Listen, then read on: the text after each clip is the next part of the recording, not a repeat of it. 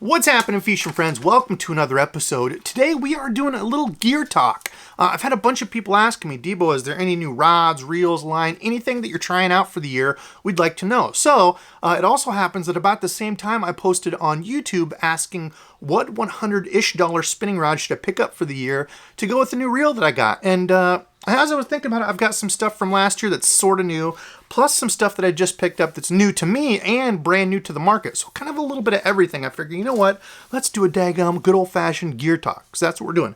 Enough yapping. Let's get into it.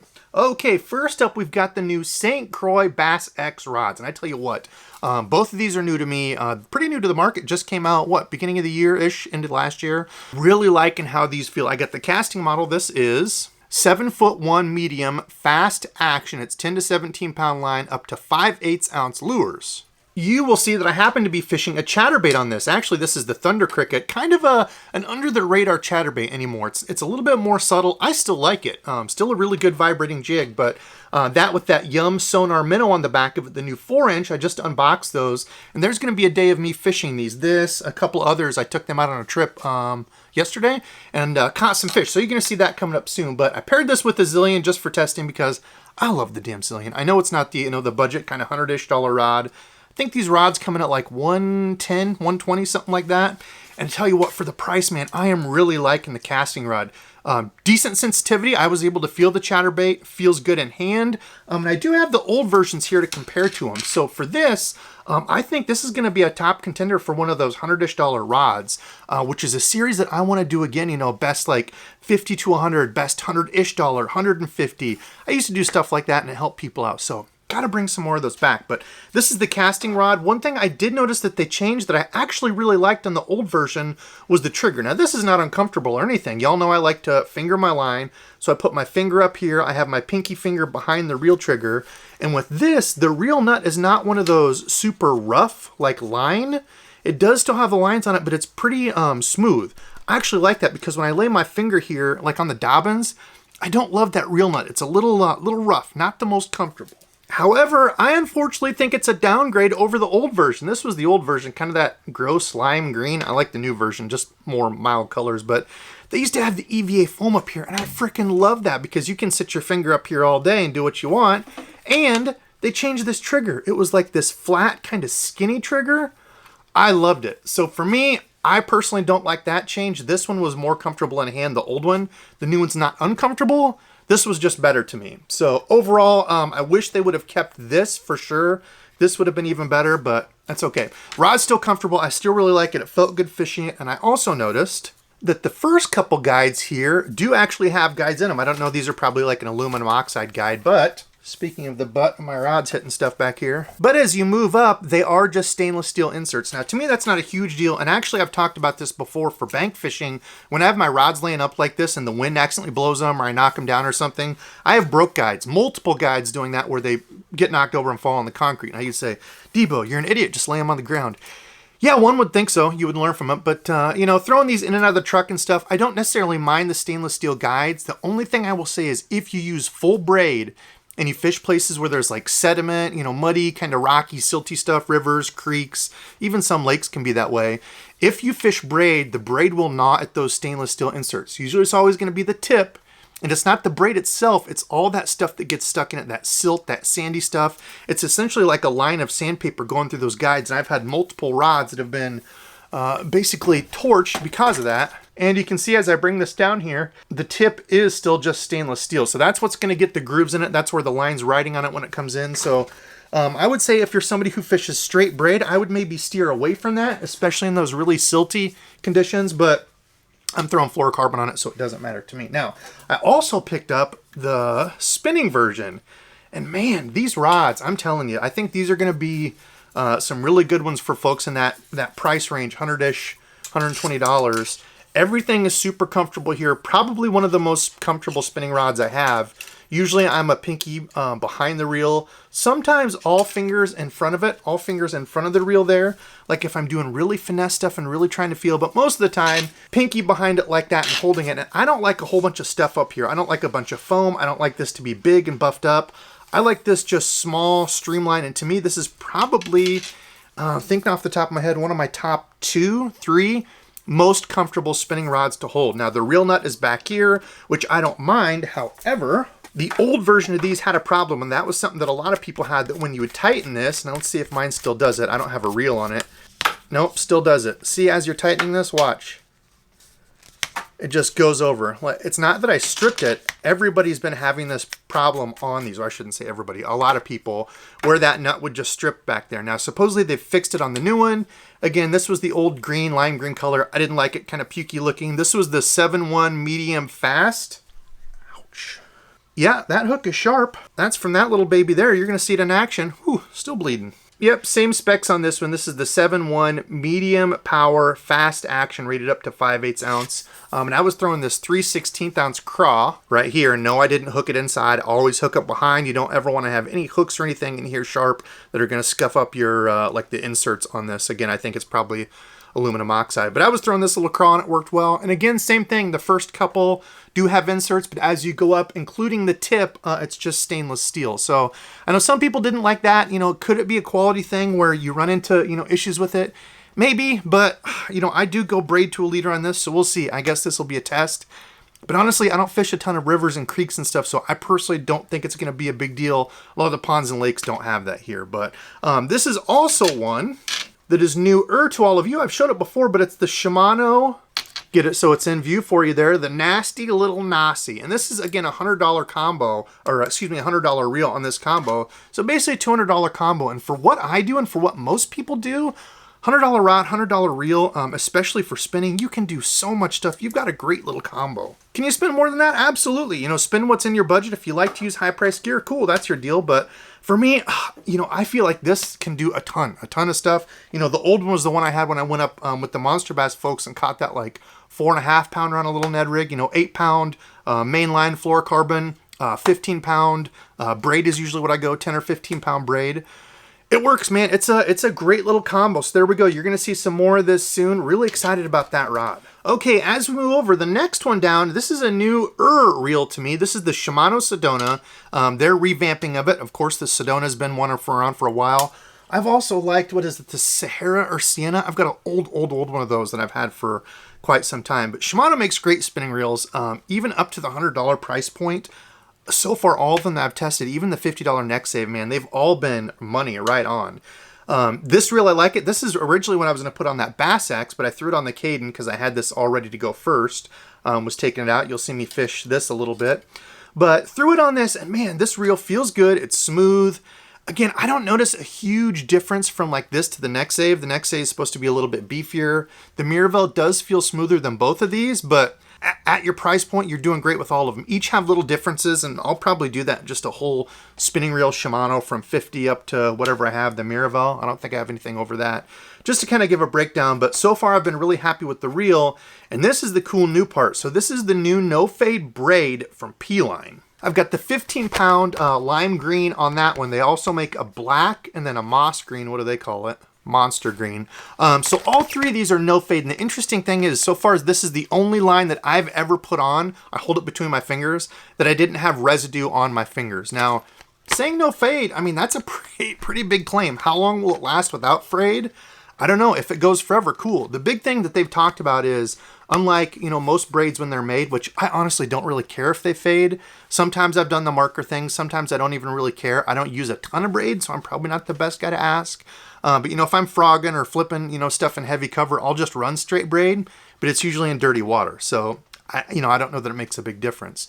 But with this stuff, it's the actual fibers that they've woven, you know, this braid together. It's an 8-carrier braid. It's actually built into it, so it's not like a dip and dye. It's not an exterior thing where they make the braid and then color it afterwards. It's all part of it. So how long will it go without fading? I don't know, but I can tell you it's the only braid I've put on that hasn't ended up on my fingers. So far I like it. I mean, it hasn't faded at all so far for this one. I fished it a couple different outings. You know, some braids, man, it seems like one day's worth of fishing it and it's already fading. We'll see. We'll see how it holds up. I liked it. It was nice and smooth on this. So far, this is the only one I've used. I haven't used the, what are these, 50 and 40 pound. I've only used the 15 pound, and so far I really liked it. Nice and smooth. Kind of reminds me of like the P-Line TCB braid. So far, yeah, I like it. So we'll see how that does, but it's easy to see. Good lime color. Hopefully it doesn't fade at all, ever. Never, ever. Okay, next up for this combo, if it were a poem, it would be a tragedy because I was just fishing a lipless on this the other day. We all know the hazards of being a bank angler. If you catch a little tiny tree or brush behind you, there can be some repercussions, and that's what happened.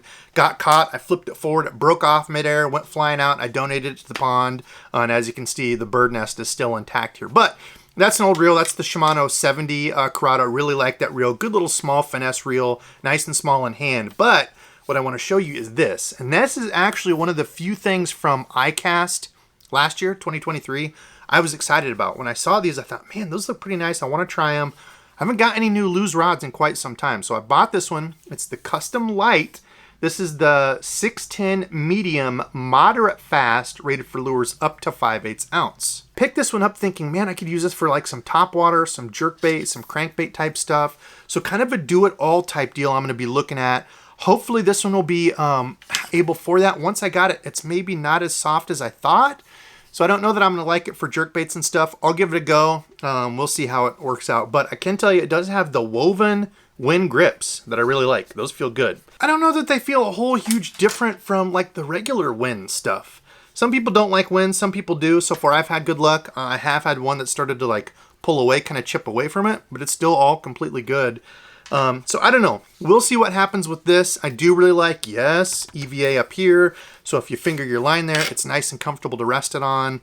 Really, really big fan of that. Otherwise, it's got good guides. It's the HM85 blank. So it should be plenty sensitive. Good guides on it. I checked all these. Everything was intact, straight, nothing chipped or anything. So we'll see. We'll see how this one does. Oh, I know this is going to be backwards here, but this one says for soft plastics. So probably not the intended application that I bought it for. And as I feel it now, it might be a little stiff for that. But we'll definitely find a use for it. Really like the rod. Good and comfortable in hand. So we'll see what it does. And I like it's just a boring all black. Okay, the last one here. Man, this is a looker. Look at that one. It's got that purple to green color shift paint. You already know that scheme. This is the Daa Regal. This is their new upgraded version of it, though. I'd have to go look through all the specs and everything. I'll link, of course, all the rods, reels, everything down below. If you pick up any of that over at Tackle Warehouse using my link.